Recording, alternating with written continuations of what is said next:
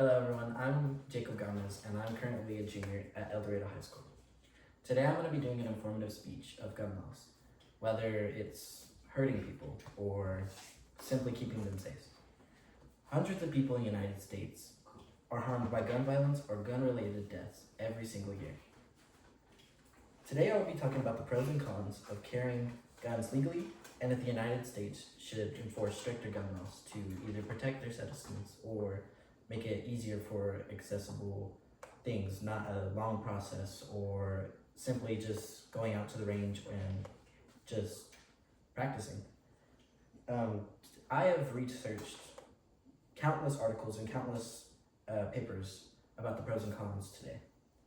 So obviously this should tie to the logistics of both the numbers and the quality of my information today.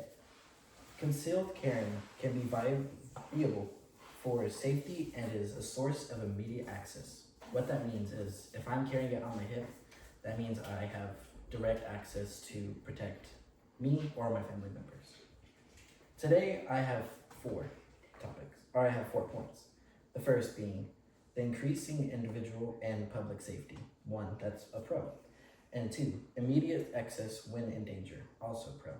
3, unwanted public attention as a con, and 4, the risk of escalation. I would like to start with my first one, the increases individual and public safety. The debate of having stricter gun laws has been a long-running debate for a very long time. Many have good points and have advocated for both sides, the good and bad, meaning that the people that are for it and against it both have good arguments. A high school counselor, Jana Delaney, who carries a concealed weapon, states in an article by NPR.org she carries for her safety in her class and outside of her class. It is more just for me personally to give myself a little bit of a peace of mind. Somebody trying to carjack me or hold me up at a gas station or stop at a red light or something, Delaney says. What she's meaning by that is that she has that gun on her hip or in her purse. She can easily just go out and if there's danger, she can immediately stop it and protect herself and the ones around her. Another source, innocent Alina Gonville, told her story in an interview also by NPR.org.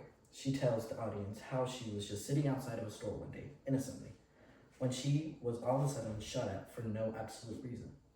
But soon as she saw that, she returned fire because she had her concealed weapon to save her life. I'm assuming they saw my gun. That's when they opened fire from their vehicle. I heard gunshots coming at me and all around me. Then, that's when I pulled my gun out and I returned my fire. What this is trying to say is that she had that immediate access. She obviously saw the threat and she stopped it right then and there. That also just leads me straight into my second pro, immediate access when in danger. My father and grandfather are both concealed carry weapon holders. I asked my father, what does carrying a concealed weapon do to you? Well, he stated, being able to carry my weapon gives me a direct way to keep me and my family safe. And when we're going out, we don't know what's going to happen, and I always have it right on my hip. And another source, do you have your gun with you?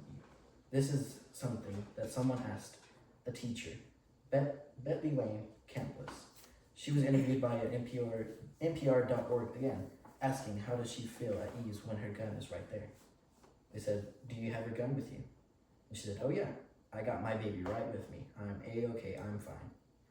This statement, she was there. She had everything she needed. She knew that she was safe. Weapons have been shown to attract more attention and a gaze than their objects.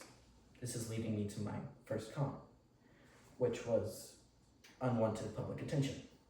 Weapons have shown to be more attractive and gaze than other objects.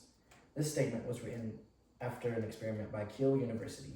The experiment was how to see, easily notice if any individual is carrying a weapon and how it reacts to their minds. What it is saying is that once people walk into the room, that's mostly the first object that they see is the gun on their hip. And that's either just in a crowd or simply in just a public space.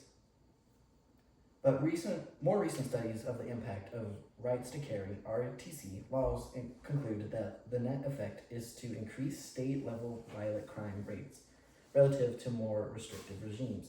From the article by PMC, it shows that the stricter gun laws would increase crime by the presence of escalation, meaning that these stricter gun laws would also show that if we have these gun laws and they're stricter, this might lead to more crime of people carrying them on their hip or being more secretive about them because it's a stricter gun law. This leads me into my direct and final con, which is risk of escalation.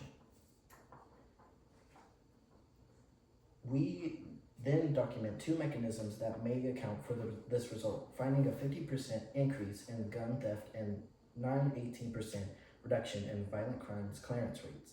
This is also from the same article by PMC, and the statement is showing how the crime is already increasing and could be boost even more. Also, what I was going back to about how if we have these stricter gun laws, they can be more hidden. People will have not as much immediate access, so the crime would go all the way through the roof.